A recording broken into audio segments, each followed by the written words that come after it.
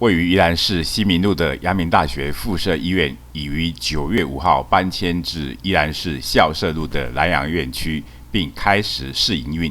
预计10月份可以正式营运。为了让乡亲进一步了解阳大附一搬迁的讯息以及往后的发展，宜兰在地生活电子报特地专访阳明大学附设医院罗世勋院长，请他谈谈乡亲关心的问题。罗院长表示，虽然阳明大学附设医院的新建预算从49亿被删减为20亿，甚至病床数比原来的还要少，但他们还是期待新的院区可以带给乡亲更好的医疗服务。我想也利用这个机会，我可以说明一下阳明大学附设医院在宜兰发展的近况。那最主要就是说，我们期待已久南洋新院区即将在下个月，我们希望下个月可以正式的开幕。目前我们已经进入试营运的阶段。那这个地方是从101年我们3月多动土，到今年105年，算起来经过4年的新建。那新的南洋院区总共急性床有400床，加上102床的特殊病床，加起来是502床。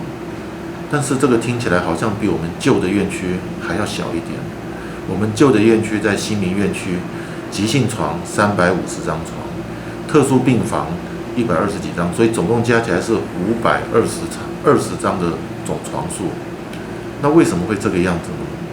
因为当时我们有49亿的经费，后来删减成20亿，没有办法，我们就在20亿的情况下，把这个南洋院区把它盖起来了。那很不容易，我们现在已经在进入试营运的阶段。那我们的空间比以前大很多，急诊室起码是以前的4倍到5倍。那急诊一直是新民院区的痛，因为我们的真的空间很小，但是我们每天大约有承接150到180个急诊患者，每个月超过5000人。这个不管在哪个地区，都算起来是相当业务繁忙的单位了。那这个地方我们应该是可以改善。再加上我们现在的病房空间比较大一些，挑高也比较大一些，视野也比较好。现在从我们的病房，你不是可以看到我们的远山，就是可以看到我们的海岸，甚至可以看到龟山岛。我想这样子的好的这种景致跟它的环境，应该都有帮于可以让病人的疾病可以早一点比较好的恢复。所以其实我们所有的医护人员都非常的期待这一天。乡亲们最关心的应该是到新院区的就医问题。罗世勋院长表示，目前新旧院区之间有接驳车服务，新院区也有志工协助民众就诊。另外，上下楼及停车空间也提供比以前更贴心的服务。那么现在我们的患者怎么样要从旧的院区到新的院区去看诊呢？因为他们很习惯在旧的院区，到新的院区确实交通上会比较不方便。不过是这样子，其实我们在1个多月以前，我们就有开始宣导了，就是说你如果挂的号是在9月的，我们就已经提示说你要到新的院区去看，南洋院区那边去看。那也许有一些民众还是会跑到旧的院区来，不过这也不要紧，我们现在有接驳车，我们只要坐满了，我们就把它直接载到新的院区过去，然后也会把它载回来。那这个是我们目前做的措施。到了新的院区，因为空间变得很大，它可能会一下子慌乱，不知道该怎么走。那我们现在第一个，我们现在派了很多的志工阿姨、志工北北在那边可以帮忙病患，看他你要往哪个方向去。同时我们也把我们医院的员工也加进了走动服务，就是希望能够很顺利的让他不要白走这些走了很多的不必要的冤枉路。那当然也会找到他要去找他该看的门诊。那我们现在的外科门诊大部分集中在1楼的大厅旁边，内科系为主的就在2楼。那1楼到2楼有很好的手扶梯，我们把速度调得会比较慢，不是很快。是希望让民众不要跌倒了，或者是发生什么意外，大家可以很顺利的走到2楼去。抽血的柜台还是时间照旧，而且新旧院区都有早上抽血的服务，所以你即使要抽血单，你在新的或者在旧的院区都一样可以做到抽血。那在病房，我们也是加大了一些空间，采光那些都很好，但是量体都比以前要大，所以可能目前比较不方便的是，假如病患他要自己准备餐点的话，那从医院的病房到外面或者到家里，大概都比旧院区要来的不方便一些，因为那地方比较空旷啊，从里面要走到医院的外面啊，路途会比较远一些，交通比较不方便。那另外就是我们的停车场，因为停车场对民众来就医民众来讲非常的重要。我们现在的停车的车位提供有300多个停车位给民众来停，而且我们员工的停车位，我们都把它放在比较远，是就医民众都是最靠近医院建筑的停车位，是留给病患来使用。那摩托车现在我们也让它可以骑进来了，不过就是要收费，大概我们的进来一次就是10块钱，这是停车费，这是停车的摩托车的部分。以往在旧的院区，摩托车我们没有收费，不过在新的院区，因为新的地方呢，它需要一些管理，也需要清洁，所以我们着收10块钱的管理费。那另外在汽车的部分，我们也有收停车费。收费的方法，我们现在取消我们每天，应该是这么说，如果你因为生病你住院，你停车的这个收费，以往就是一路的加上去，但是我们现在一天最高就是600块停车费，以前我们没有这个上限，那现在我们有这个上限，我希望说大家可以来这边利用。那当然，如果是你是残障的话，有残障证明的话，我们收费是打对折，就是 50%， 我们就是收费打对折。这个方面是方便民众来就医。杨大附一搬迁到南阳院区之后，原来的新民院区依旧会保留，但2个院区的发展属性有明显的区隔。罗世勋表示，南阳院区将以急重症为发展重心。那现在新的院区即将就要跟大家见面了，那我们怎么样去对未来我们有什么期待呢？那在这个时候我就要说明，在新的南阳院区，我们最主要的发展就是急重症，就是我们熟知的一些疾病，比如说心脏啦、肺癌啦、癌症治疗啦、外伤啦，这就是传统的所谓的急重症。在新的院区，我们还是要朝这方面继续努力的。那在过往我们在旧的院区，在急重症，我们做的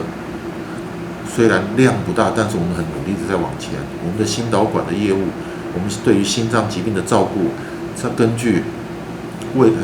健保局他们回馈给我们的照顾指标，我们是列名全国前几名的，我们的照顾指标是优于全国平均的。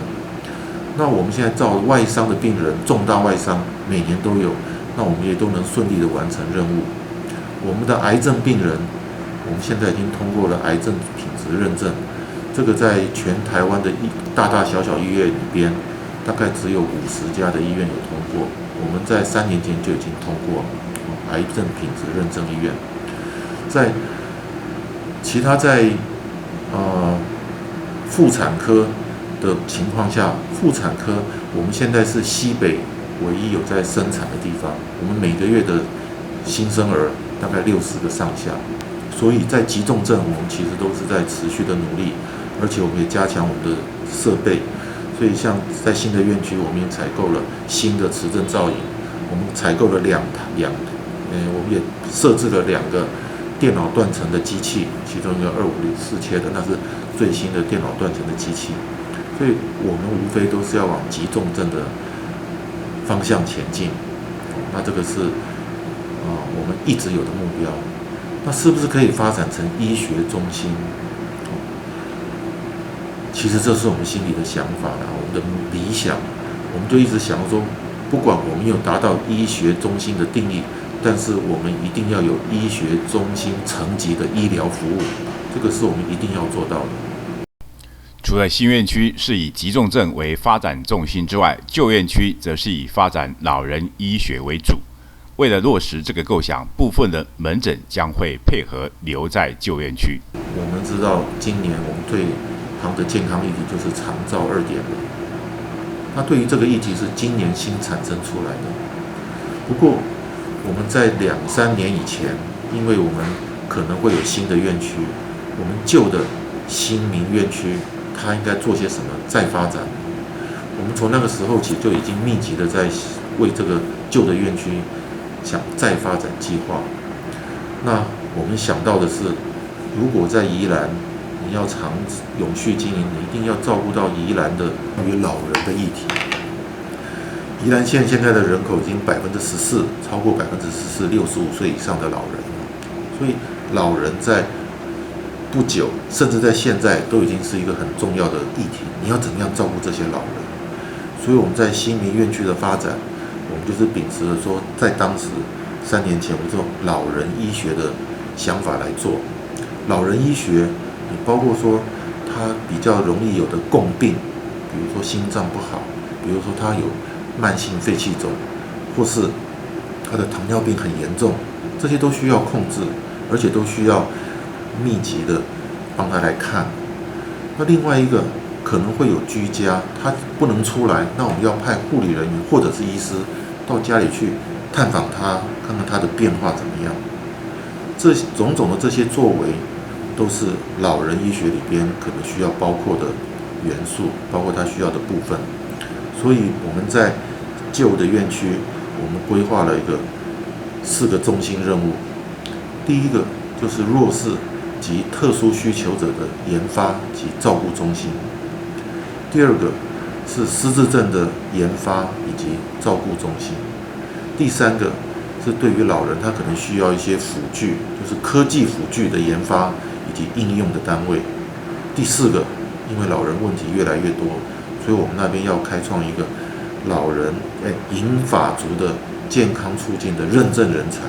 怎么样去照顾这些老人，怎么样帮助没有病的老人可以把他的状况继续维持，这些也都需要有专业的技术来知识来培养。所以我们是根据这4个中心，我们设计了新民院区以后的走向。那因为你要居家照顾，护理人员还有家庭科的医师，你需要到他的单位去看看他好不好。所以因为这样子，我们还设计，我们就必须要有家庭医学科的门诊，我们才能知道他居家的照顾情形，那病人可能要不要到门诊来看。第二个，因为刚才老人的共病很多，心脏科、心脏病、高血压，或者是慢性肺气肿，或者是糖尿病，所以我们有这3个比较次专科跟老人有关的门诊，我们在这边会继续开设。第3个是失智症，失智症当然需要特殊的人员来看，所以我们在这边有留着神经内科，因为失智症属于神经内科的范围，同时老人可能有一些中风的情形，所以这些也都需要神经内科的医师在这边继续来看门诊。所以我们在旧的院区还有留了15个门诊，这15个门诊其实不是就是一般的门诊需求，都是为了配合我们对于这个4个中心任务所延续出来的门诊，因为这些都是一套的。那我们在里边在我们这些新民院区里边，还有一些就是因为49亿删减成20亿，我们没有办法搬到新院区的单位，我们还继续留下来，包括洗肾，包括复健，包括精神科的日间病房，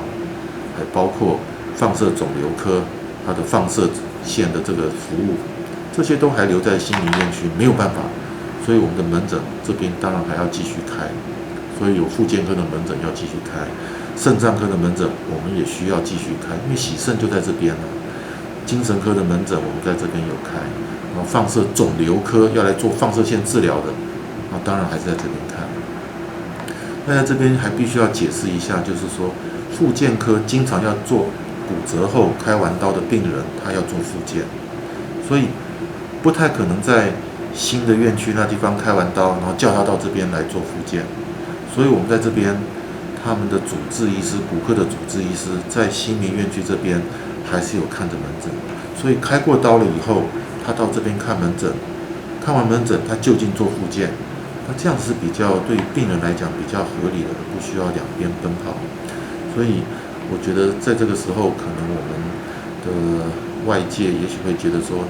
你都搬走了，为什么还要留这些门诊？其实我们这一些在新民院区旧的院区这边，我们的规划是作为一个老人的医学中心，我们要去研发跟老人有关，怎么样照顾老人的一个单位。那他的门诊是因为这些配合这些所留下来的，绝对不是就是纯粹为了拓展业务而拓展。那这个也很希望利用这个访问的这个时间，能够跟民众来说明清楚。我们并没有增加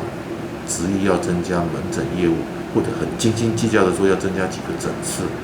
因为这些诊的留下来，就是配合我们未来新民院区再发展成为老人医学中心的一个配置任务所留下来的。这个是希望大家能够了解。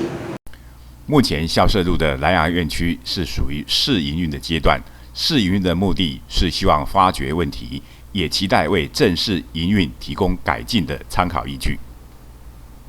那当然，在试营运的期间，我们也是看看有什么地方是就医民众还不太方便的地方。那这个我们在利用这段时间赶快来修改，不只是给民众，也对我们内部也都了解说什么地方我们还没有看到的，我们还没有注意到的，或者是可以更好的。我们都希望在这个试营运的期间能够把它改善，然后到了正式的开幕的时候，能够用最好的一页呈现给我们的宜兰县民。这个是我们现在在努力的。以上是宜兰在地生活电子报记者李清贵所做的采访报道。